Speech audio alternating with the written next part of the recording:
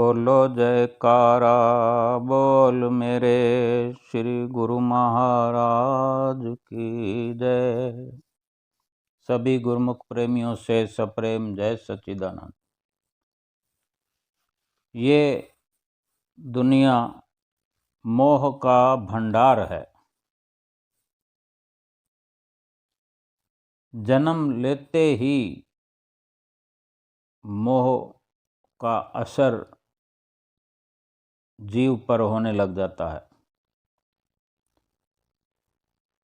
अनसमझ होने पर जो बच्चे से मोह करने वाले होते हैं वो मायावी प्यार उस पर बरसाने लग जाते हैं, मोह पाश में बांधने लग जाते हैं और फिर थोड़ा थोड़ा जिस प्रकार समझ आती है तो ये जीव बचपन से ही उस मोह पाश में बंधना शुरू हो जाता है और बंधता ही चला जाता है। लगातार मोह का भंडार हावी हो जाता है इस जीव पर। सर्वप्रथम माता पिता बहन भाई, फिर करीबी रिश्ते और फिर रिश्तेदारियां बढ़ती चली जाती है और जब और होश बढ़ता है तो फिर अपनी स्वयं की रिश्तेदारियां बनाने लगता है। मित्रताएं बढ़ती चली जाती हैं,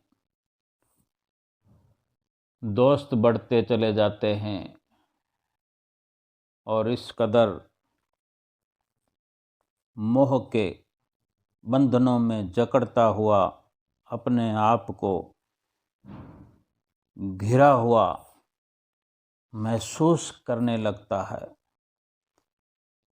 लेकिन क्या कभी ये विचार नहीं आता कि हम आए क्यों यहाँ पर, ये जीव क्यों आया यहाँ पर, इस संसार में आया तो मनुष्य जीवन में क्यों आया। जो कुछ हम कर रहे हैं क्या वही सब करने के लिए मनुष्य जीवन की मांग की थी। शायद इस बारे में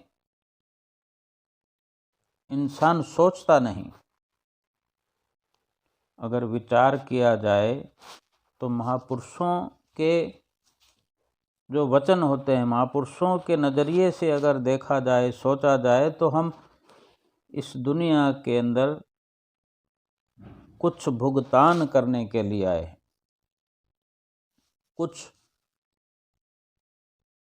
जो कर्ज हैं हम पर, कुछ पाप हैं हमारे, उनको चुकता करने आए हैं। भुगतान जो पिछले जन्मों का है, कर्ज जो पिछले जन्मों में हमने किसी न किसी रूप में लिए, उसको चुकता करने के लिए ये मनुष्य जन्म मिला और साथ ही आगे के लिए इस प्रकार की भक्ति की कार्रवाई करते हुए, भक्ति का एक नया इतिहास बनाते हुए फिर से उन पिछले जन्मों की तरह हमें 84 लाख योनियों में ना जाना पड़े, वो भक्ति का सरमाया हासिल करने के लिए मनुष्य का जन्म लेकर आए। क्योंकि तो पिछले जन्मों में हमने गलतियां की है उसका भुगतान तो करना पड़ेगा, क्योंकि जो जैसे कर्म करता है उसे वैसा जन्म मिलता है। चाहे ये मनुष्य जीवन भी मिला है तो इसमें भी कई प्रकार की श्रेणियां हैं। पिछले जन्मों में अगर कुछ पुनीत कर्म होते हैं और जब ये मनुष्य जीवन का अवसर मिलता है तो उन पुण्य कर्मों के कारण इस जीवन में कुछ सुविधाएं मिलती है। जैसे कि कुछ दान पुण्य पिछले जन्मों में होते हैं तो वो राजाओं के पद पर आसीन होता है, आराम की जिंदगी मिलती है। और अधिक पाप कर्मों की वजह से बुरे काम करने वाला शारीरिक बीमारियों को साथ लाता है, मुफलिसी की जिंदगी जीता है, हर प्रकार की सुविधाओं का अभाव होता है। लेकिन एक विशेष जो मकसद है मनुष्य जीवन का और एक विशेष लाभ है मनुष्य जीवन में, वो समझ में आ जाए कि जो रिश्तेदारियां हम यहाँ बना लेते हैं, जो मित्रताएं बढ़ा लेते हैं और इस प्रकार के ताने बाने बनाते रहते हैं और आगे बढ़ते रहते हैं, लेकिन सही मायने में ये मनुष्य जीवन 84 लाख योनियों के बाद मिला है और केवल मालिक की बंदगी के लिए मिला है, सुमिरन के लिए मिला है, भक्ति के लिए मिला है। इसे ऐसे ही बर्बाद नहीं कर देना है। अगर सुमिरन के लिए मिला है तो उस मालिक के सुमिरन में इस जीवन को लगाना चाहिए। और ये भजन भक्ति सुमिरन ये संतों महापुरुषों की शरण में जाने से बख्शिश मिलती है और भली भांति खोज करने पर प्रभु की कृपा बरसती है, प्रभु की कृपा से सतगुरु की शरण मिलती है और सतगुरु की शरण मिलने पर भक्ति के साधन अपनाने के तरीके बताए जाते हैं। सत्संग की प्राप्ति होती है और नाम की बख्शिश के साथ नाम में लिव लगाने के लिए हर समय समय पर हिदायत मिलती है, जिससे ये जीव भली भांति अपने इस मनुष्य जीवन के मकसद को पा सकता है, लक्ष्य को पहुंच सकता है। और जो 84 लाख योनियों में जिस अवसर को तरसते रहे, एक एक जन्म में न जाने हजारों हजार करोड़ों करोड़ पुकारें करते रहे कि हे प्रभु मुझे इस 84 लाख योनियों की दलदल से निकाल दो। हर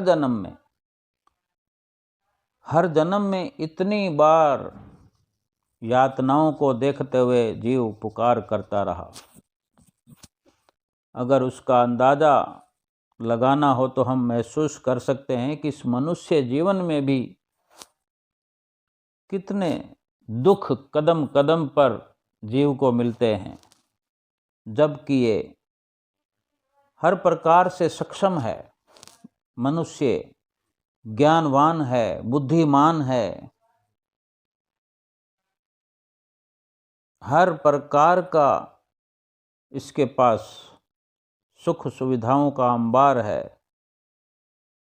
फिर भी दुखों से ग्रस्त है। अगर मनुष्य जीवन के अंदर इतनी दुविधाएं हैं, इतने दुख हैं, इतनी यंत्रणाएं हैं,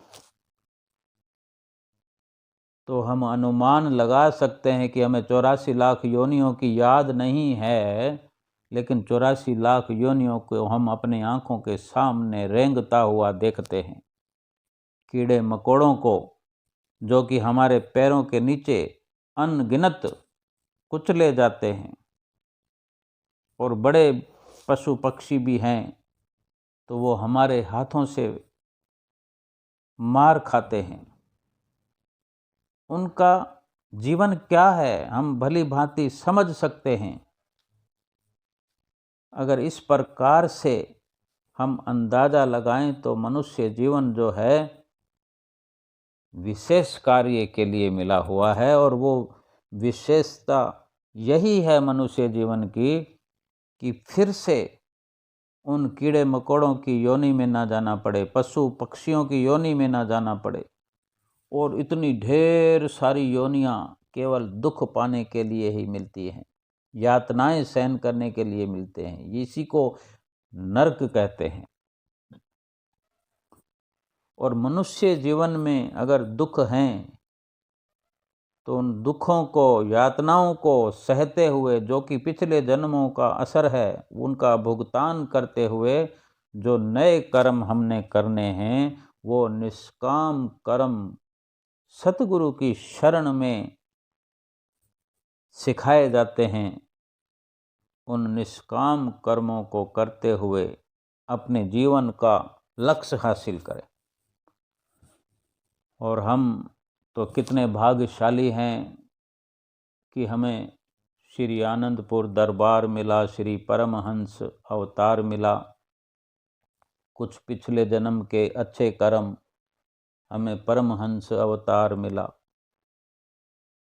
कि हमें तो वो सभी कुछ साधन सुलभ हैं जो एक मनुष्य को होने चाहिए। भजन भक्ति के सब साधन हमें श्री सतगुरुदाता दीनदयाल महाराज जी ने कृपा करते हुए हमें बख्शे हैं। ज्ञान की रोशनी बख्शी है, भक्ति का सुनहरा अवसर हमें दे दिया है, अपनी चरण शरण में हमें स्वीकार कर लिया है। हर कदम पर इतना दुख होते हुए भी हमें उन दुखों को सुखों में बदलने का तरीका बता दिया है।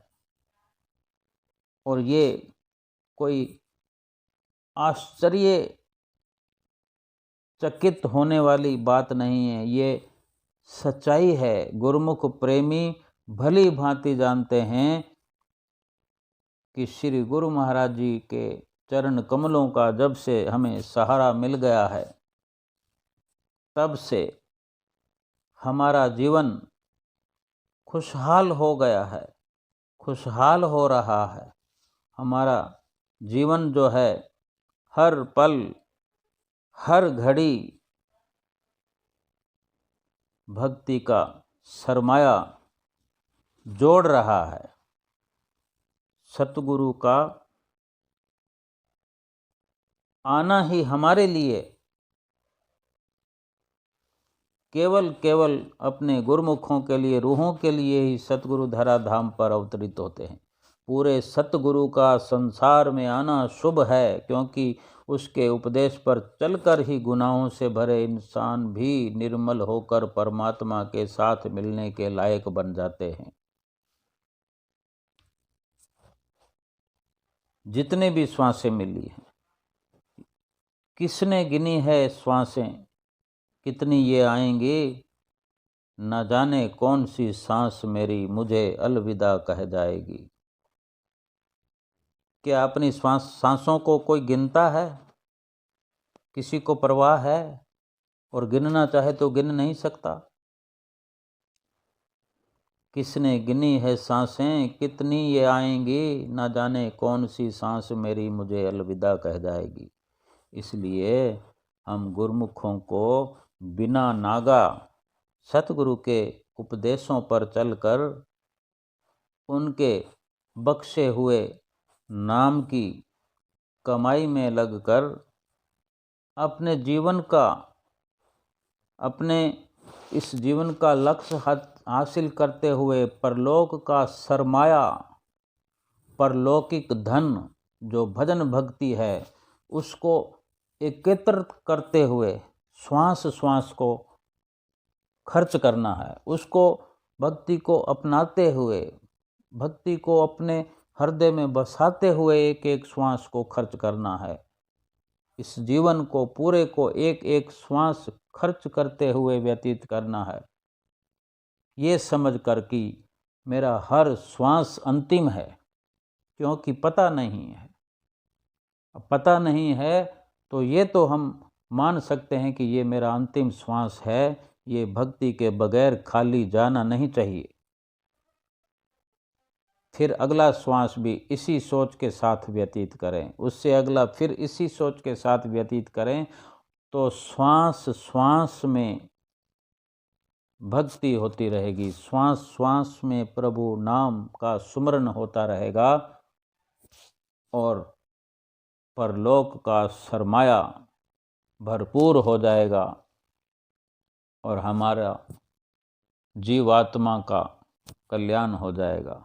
बोलो जयकारा बोल मेरे श्री गुरु महाराज की जय।